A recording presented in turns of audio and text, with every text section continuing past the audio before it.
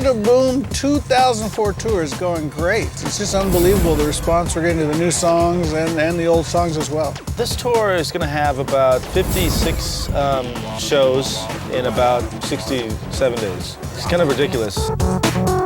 We've heard people describe it as rocktronic. Extra chunky with hot sauce. We're kind of like that.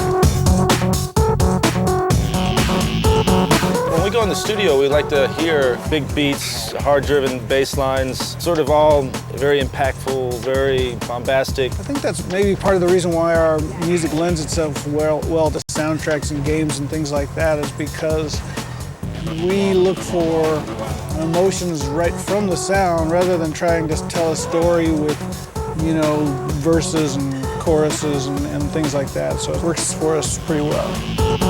I like driving games, and then I like the old-fashioned shooter games that use the guns, actually.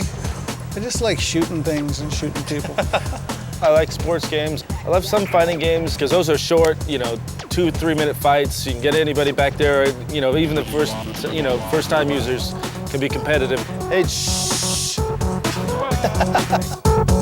I think the similarities are, you know, a lot of people are very passionate about both games and music, and the fact that there are really some forward-thinking game developers out there that are bringing the two worlds together. It makes gaming that much better. Lately, the gaming world has been sort of a launch pad for new bands and songs, and you know, it's become the radio stations we don't have now. I mean, radio has become really sort of stale, and they don't take any chances where, you know, game soundtracks, they have the freedom to pretty much do what they want.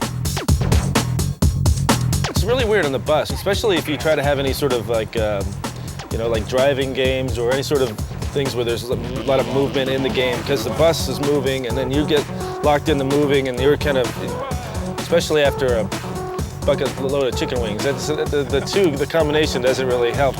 You know, you start, you know, and you really only have one bathroom between 11 people, so definitely find some time to play some games in the back lounge.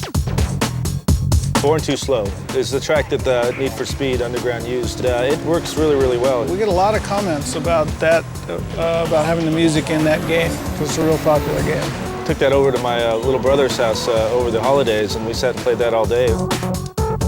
I think the most enjoyable part is just knowing when you have something great. It's not always the finished song, it's generally like somewhere in the beginning of the process, where you either get goosebumps or you just get this really sort of euphoric feeling from the sound. In the studio, if I need a studio break, though, I go straight to our 1977 Star Wars video game. Yeah. The left trigger button's not working now.